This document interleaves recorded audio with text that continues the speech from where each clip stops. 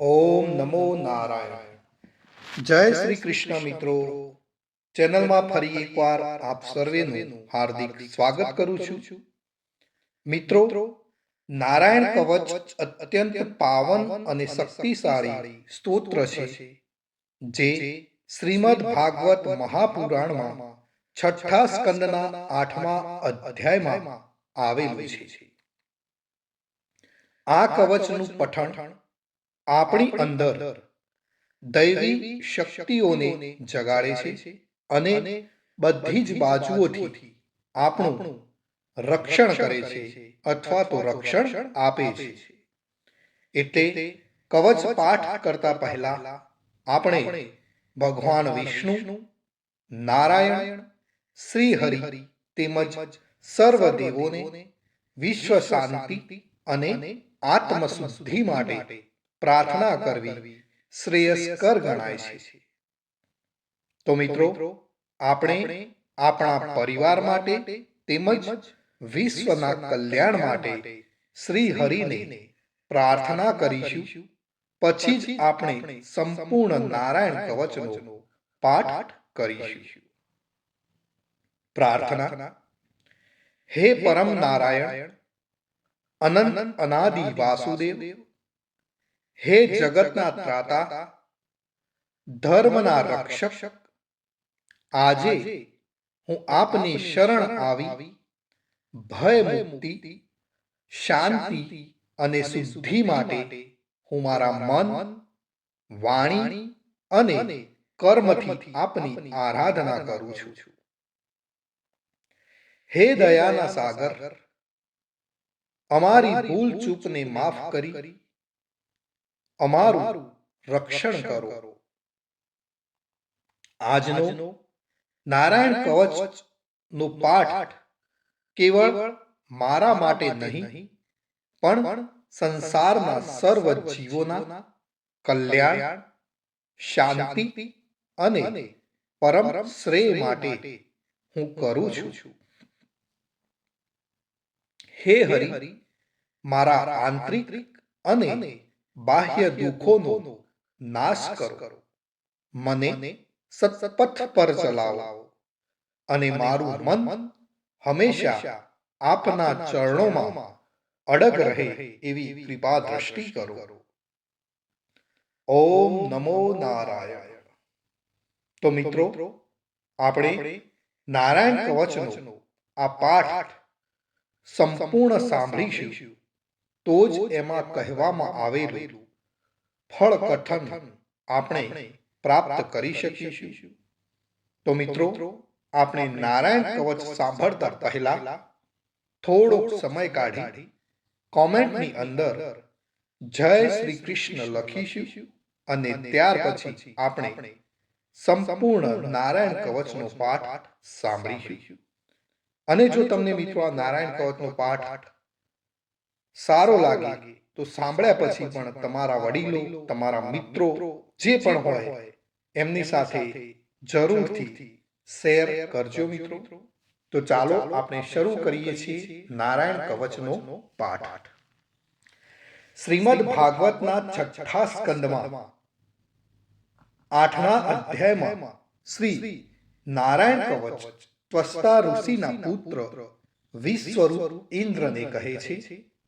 વિશ્વરૂપ કહે છે, જ્યારે ભયનો સમય પાસે આવ્યો હોય ત્યારે મનુષ્ય હાથ પગ ધોઈ આચમન કરી ઉત્તર દિશા તરફ મુખ રાખી નારાયણ કવચનો પાઠ કરવો. જ્યારે ભય આવે ત્યારે શ્રી નારાયણ રૂપ નામનું બખ્તર ધારણ કરવું.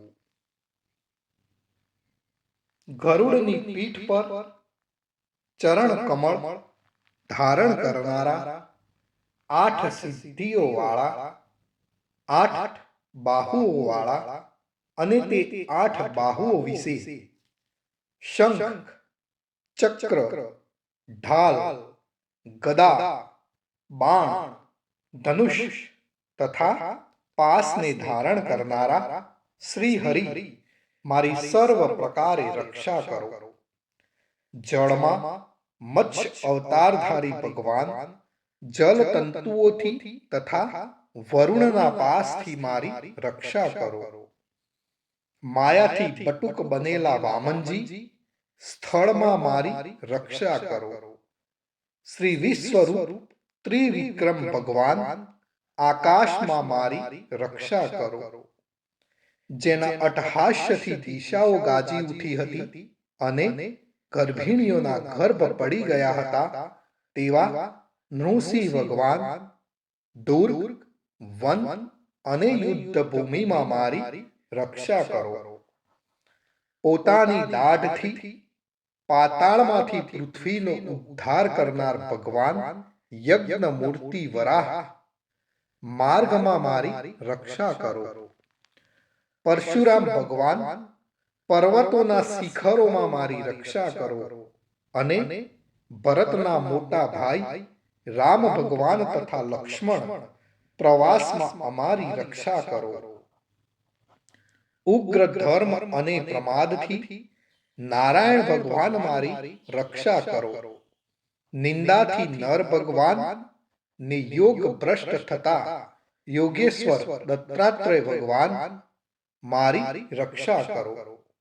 ત્રણેય ગુણોના સ્વામી ભગવાન કપિલ કર્મ બંધનથી મારી રક્ષા કરો. સનંત કુમાર કામદેવથી મારી રક્ષા કરો. હયગ્રીહ ભગવાન રસ્તામાંથી જતા અને દેવોને પ્રણામ ન કરવા રૂપી અપરાધમાંથી મારી રક્ષા કરો. હે દેવર્ષિ શ્રેષ્ઠ મુનિ નારદ ભગવાન, ભગવાનની પૂજામાં જે કોઈ વિઘ્ન નડે તેનાથી મારી રક્ષા કરો. અને કૂર્મ અવતાર શ્રી હરિ સર્વ પ્રકારના નરકમાંથી મારી રક્ષા કરો. અયોગ્ય ખોરાક ખાવાથી ભગવાન ધન્વંતરી મારી રક્ષા કરો. જીતેન્દ્રિય ભગવાન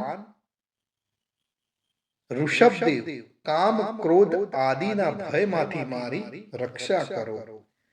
યજ્ઞ અવતારી ભગવાન લોક અપવાદથી મારી રક્ષા કરો. બલભદ્ર ભગવાન મનુષ્ય તરફથી થનારા ઉપદ્રવોમાંથી મારી રક્ષા કરો. અને ક્રોધાવેશ સર્પ ગણોથી શેષ ભગવાન મારી રક્ષા કરો. વેદ વ્યાસ ભગવાન અજ્ઞાનથી મારી રક્ષા કરો. આ પાખંડીઓના ટોળામાંથી ભગવાન બુદ્ધ મારી રક્ષા કરો. ધર્મની રક્ષા કરવા માટે અવતાર લેનાર ભગવાન કલ્કી કાળના મળરૂપ આ કળિયુગથી મારી રક્ષા કરો. હે કેશવ ભગવાન પ્રભાતમાં ગદાથી મારી રક્ષા કરો. હે વેણુધર ભગવાન ગોવિંદ આ સંકટ કાળમાં મારી રક્ષા કરો.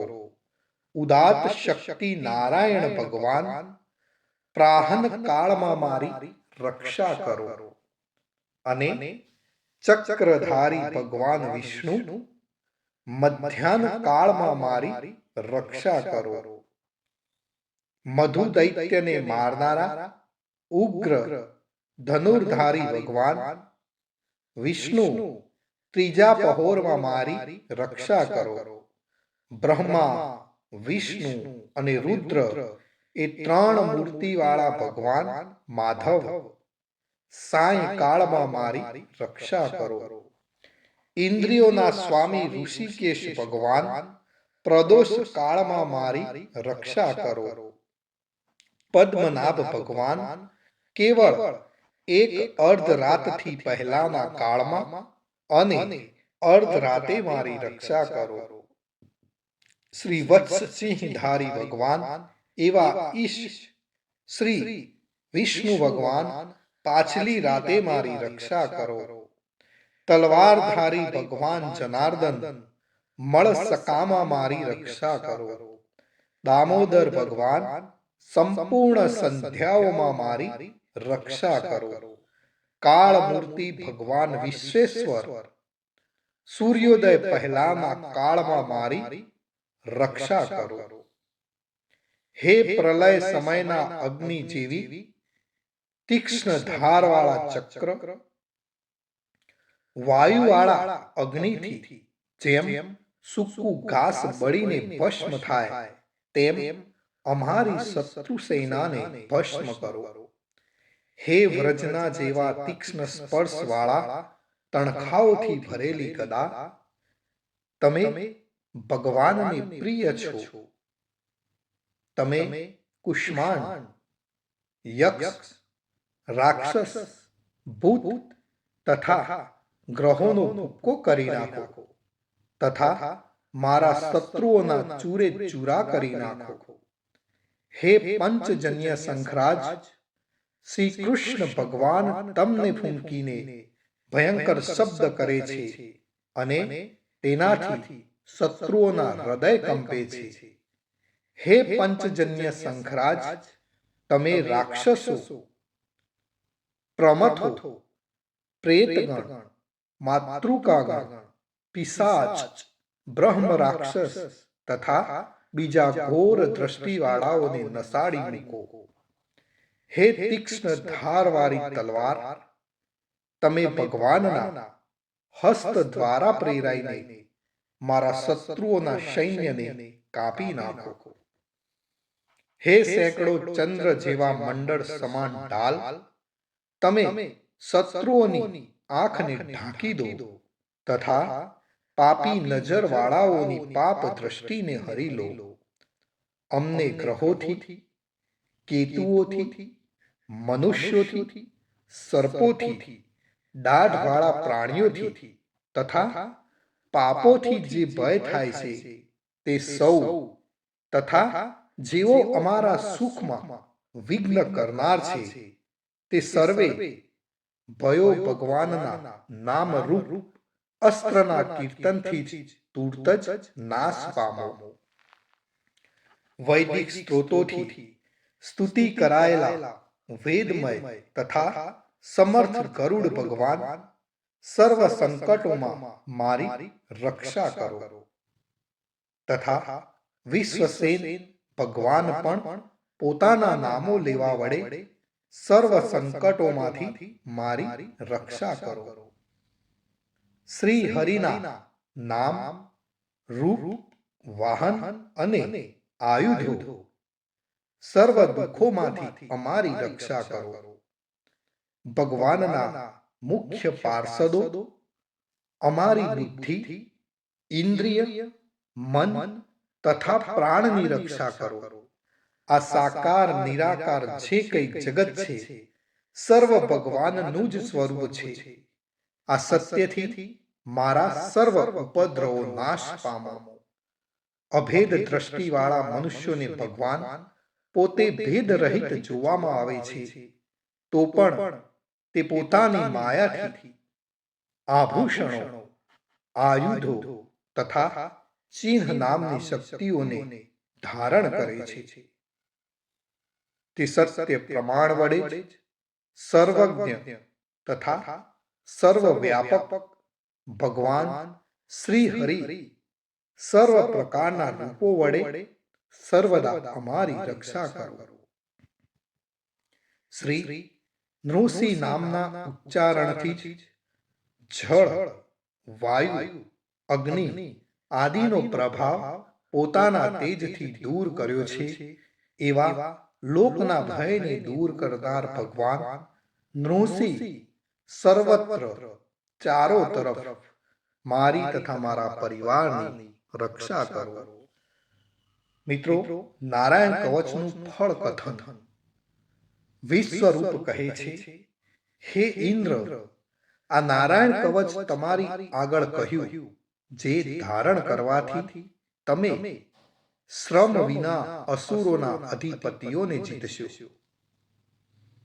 આ નારાયણ કવચને ધારણ કરનારો મનુષ્ય નેત્રથી જેની તરફ જુએ અથવા તો પગ વડે જેને જેને અડકે તે તુરત જ બધા જ ભયમાંથી છૂટે છે. આ કવચ ભણનાર પુરુષને કોઈ દિવસ રાજાઓ તરફથી, ચોર તરફથી, ગ્રહો થકી, વ્યાઘ્ર આદિ તરફથી તથા બીજા કોઈ તરફથી ભય રહેતો નથી. તો મિત્રો, આ હતું આપણું રક્ષા કરનારું નારાયણ કવચ. ભગવાન સર્વનું રક્ષણ કરે એવી જ મારી પ્રાર્થના છે મિત્રો. અને કોમેન્ટની અંદર જય શ્રી કૃષ્ણ લખવાનું ભૂલશો નહીં.